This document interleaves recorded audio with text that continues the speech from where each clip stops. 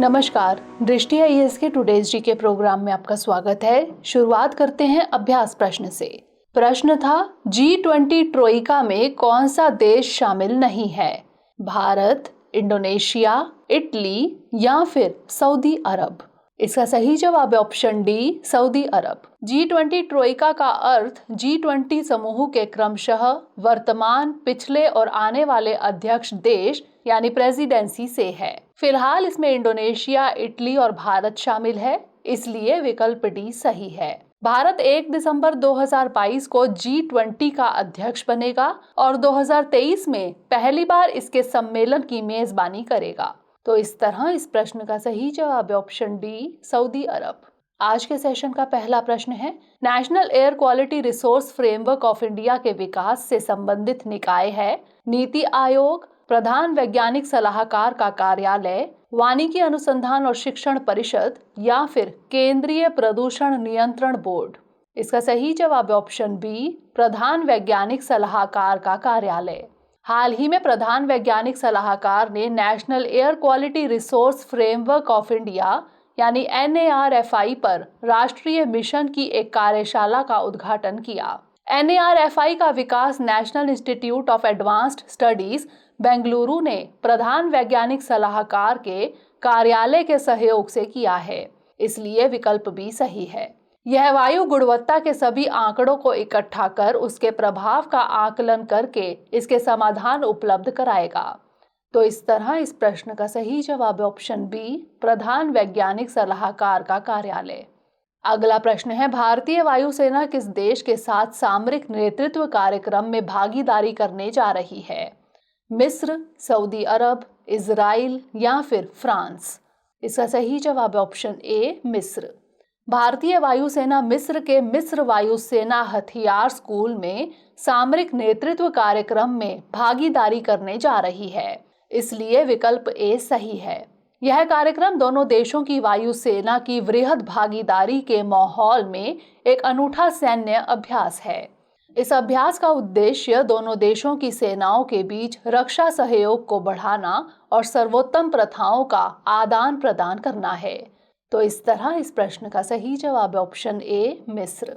अगला प्रश्न है, समुद्र पावक क्या है? गाइडेड मिसाइल क्रूज, उभयचर पनडुब्बी, डॉक लैंडिंग शिप या फिर प्रदूषण नियंत्रक पोत। इसका सही जवाब है ऑप्शन डी, प्रदूषण नियंत्रक पोत। भारतीय तटरक्षक बलों ने डूब चुके विदेशी पोत MV प्रिंसेस मिराल से तेल के रिसाव के खतरे को देखते हुए समुद्र की निगरानी के लिए अभियान शुरू किया है। माना जा रहा है कि यह जहाज 220 टन से अधिक ईंधन ले जा रहा था। तेल रिसाव को रोकने के लिए एक विशेष प्रदूषण नियंत्रण पोत ICGS समुद्र पावक पोरबंदर से मंगलुरु के लिए रवाना हुआ है, इसलिए विकल्प डी सही है। तो इस तरह इस प्रश्न का सही जवाब है ऑप्शन डी, प्रदूषण नियंत्रक पोत। अगला प्रश्न है, हाल ही में चर्चा में रहा शब्द कुकुराथेंजिया है एक आक्रामक पौधा, मलेशिया की एक जनजाति, नामीबिया में एक वनस्पति या फिर प्रशांत महासागर में एक द्वीप। इसका सही जवाब है ऑप्शन ए, एक आक्रामक पौधा।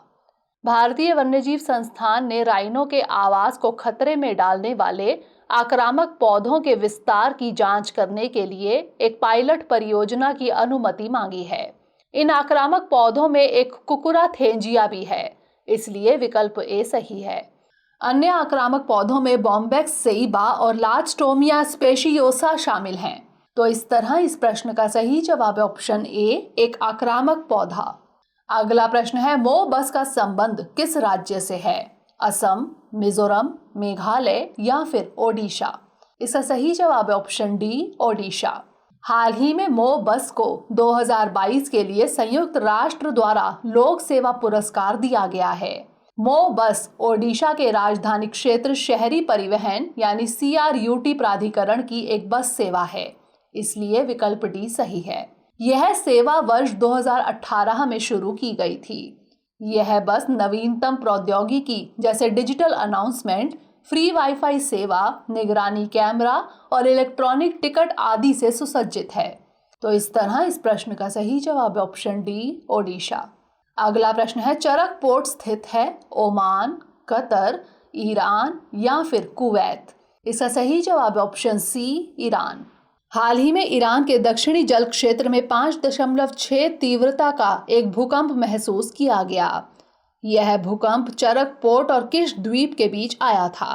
चरक पोर्ट ईरान में फारस की खाड़ी में स्थित है। तो इस तरह इस प्रश्न का सही जवाब है ऑप्शन सी, ईरान।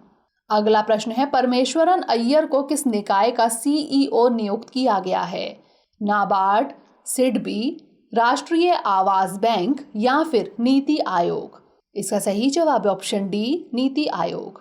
हाल ही में परमेश्वरन अय्यर को नीति आयोग का मुख्य कार्यकारी अधिकारी यानी सीईओ नियुक्त किया गया है, इसलिए विकल्प डी सही है। आपको बता दें कि नीति आयोग के वर्तमान सीईओ अमिताभ कांत 30 जून को सेवानिवृत्त हो रहे हैं। परमेश्वरन अय्यर 1981 बैच के उत्तर प्रदेश कैडर के एक आईएएस अधिकारी रहे हैं। इन्होंने वर्ष 2016 और 2020 के बीच स्वच्छ भारत मिशन का नेतृत्व किया था। तो इस तरह इस प्रश्न का सही जवाब है ऑप्शन डी, नीति आयोग। अगला प्रश्न है, विश्व का सबसे ऊंचा रेल पुल किस नदी पर बनाया जा रहा है? सिंधु, चेनाब, झेलम या फिर ब्यास? इसका सही जवाब है ऑप्शन बी, चेनाब। हाल ही में भारत सरकार ने कहा है कि विश्व के सबसे ऊंचे रेल पुल का काम 88% तक पूरा हो चुका है। यह पुल जम्मू कश्मीर में चेनाब नदी पर बन रहा है, इसलिए विकल्प बी सही है। यह कश्मीर और शेष भारत के बीच सभी मौसम में कनेक्टिविटी मुहैया कराएगा। यह उत्तर रेलवे द्वारा शुरू की गई महत्वाकांक्षी उधमपुर श्रीनगर बारामूला रेल लिंक यानी USBRL परियोजना का हिस्सा है। तो इस तरह इस प्रश्न का सही जवाब है ऑप्शन बी, चेनाब। अगला प्रश्न है, ऑटिज्म स्पेक्ट्रम डिसऑर्डर यानी ASD के संबंध में निम्नलिखित कथनों पर विचार कीजिए। एक, यह एक विकासात्मक दिव्यांगता है जो मस्तिष्क में अंतर के कारण होती है। 2, इसके लक्षण जन्म के पहले 2 सालों में उभर कर आते हैं। उपर्युक्त में से कौन सा यहाँ से कथन सही है या फिर है? केवल 1, केवल 2, 1 और 2 दोनों या फिर ना तो 1 और ना ही 2? इसका सही जवाब है ऑप्शन सी, 1 और 2 दोनों। एक हालिया अध्ययन से पता चला है कि गैर ह्यूमनॉइड रोबोट ऑटिज्म से पीड़ित बच्चों को पढ़ाने में सक्षम है। ऑटिज्म स्पेक्ट्रम डिसऑर्डर यानी ASD एक विकासात्मक दिव्यांगता है जो मस्तिष्क में अंतर के कारण होती है, इसलिए कथन 1 सही है। इससे प्रभावित लोगों का व्यवहार और इनके सीखने की क्षमता सामान्य व्यक्तियों से अलग होती है। इसके लक्षण जन्म के पहले 2 सालों में उभर कर आते हैं, इसलिए कथन 2 भी सही है। तो इस तरह इस प्रश्न का सही जवाब है ऑप्शन सी, 1 और 2 दोनों। अंतिम प्रश्न है, अमेरिका के सुप्रीम कोर्ट का रो बनाम वेड निर्णय किससे संबंधित है? गर्भपात अधिकार, सरोगेसी कानून, वैवाहिक बलात्कार या फिर व्यभिचार? इसका सही जवाब है ऑप्शन ए, गर्भपात अधिकार। हाल ही में अमेरिका के सुप्रीम कोर्ट ने 1973 के रो बनाम वेड निर्णय को पलट दिया। इस निर्णय ने गर्भपात के अधिकार को संवैधानिक अधिकार घोषित किया था, इसलिए विकल्प ए सही है। भारत का medical termination of pregnancy act 1971 Bharat में 20 हफ्तों तक की प्रेगनेंसी को समाप्त करने यानी गर्भपात करने की अनुमति देता है। वर्ष 2021 में एक संशोधन के माध्यम से गर्भवती महिलाओं की विशेष श्रेणियों जैसे बलात्कार से पीड़ितों के लिए गर्भपात की सीमा को बढ़ाकर 24 सप्ताह कर दी गई। तो इस तरह इस प्रश्न का सही जवाब ऑप्शन ए, गर्भपात अधिकार। अब नोट कर लेते हैं आज का अभ्यास प्रश्न। संयुक्त राष्ट्र महासागरीय सम्मेलन 2022 कहाँ आयोजित होगा? लिस्बन, एम्स्टर्डम, मैड्रिड या फिर बर्लिन? इसका उत्तर हमें कमेंट सेक्शन में जरूर भेजिएगा। अगले सेशन में नए प्रश्नों के साथ मिलेंगे। तब तक के लिए पढ़ते रहिए एंड स्टे मोटिवेटेड।